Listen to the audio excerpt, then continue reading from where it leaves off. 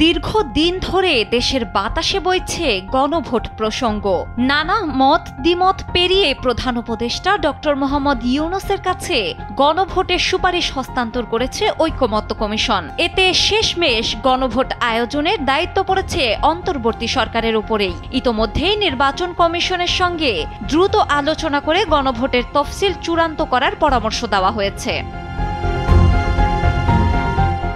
মঙ্গলবার প্রধান উপদেষ্টার কাছে জুলাই জাতীয় সনদ বাস্তবায়ন ও ত্রয়োদশ জাতীয় সংসদ নির্বাচনের দিন ও তার আগে সনদ বিষয়ে গণভোট আয়োজনের জন্য সাংবিধানিক আদেশ জারির সুপারিশ করেছে জাতীয় ঐকমত্য কমিশন। এতে আবারও আলোচনায় গণভোট প্রসঙ্গ। নির্বাচন আলোচনার শুরু থেকেই জামায়াতে ইসলামী সহ কিছু দল গণভোটের দাবি জানালেও বিএনপির মতো দলগুলো বিরোধিতা করে আসছিল। তবে কমিশনের দাবি, গণভোট বিষয়ে এখন সব দলের মধ্যে ঐকমত্য প্রতিষ্ঠিত হয়েছে। এর আগে গত 17 অক্টোবর স্বাক্ষরিত জুলাই জাতীয় সনদে রাষ্ট্র সংস্কারের অঙ্গীকার ব্যক্ত করা হলেও এর বাস্তবায়ন প্রক্রিয়া স্পষ্ট ছিল না। এই শূন্যতা পূরণে রাজনৈতিক দলগুলোর মতামত ও বিশেষজ্ঞদের পরামর্শ নিয়ে জাতীয় ঐকমত্য কমিশন তাদের চূড়ান্ত সুপারিশ প্রণয়ন করে।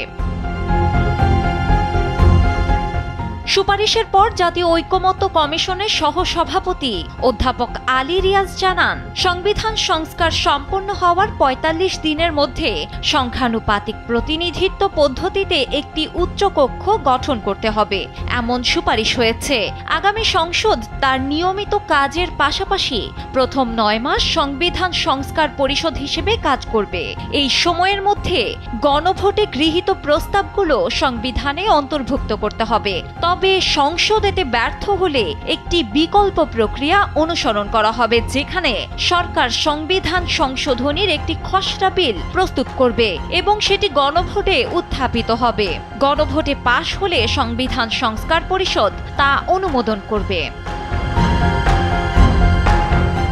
সুপারিশ হস্তান্তর অনুষ্ঠানে প্রধান উপদেষ্টা ডক্টর মোহাম্মদ ইউনূস বলেন, জুলাই সনদের সফল বাস্তবায়ন বাংলাদেশকে অতীতের বোঝা থেকে মুক্ত করে একটি নতুন ও উজ্জ্বল ভবিষ্যতের পথ দেখাবে।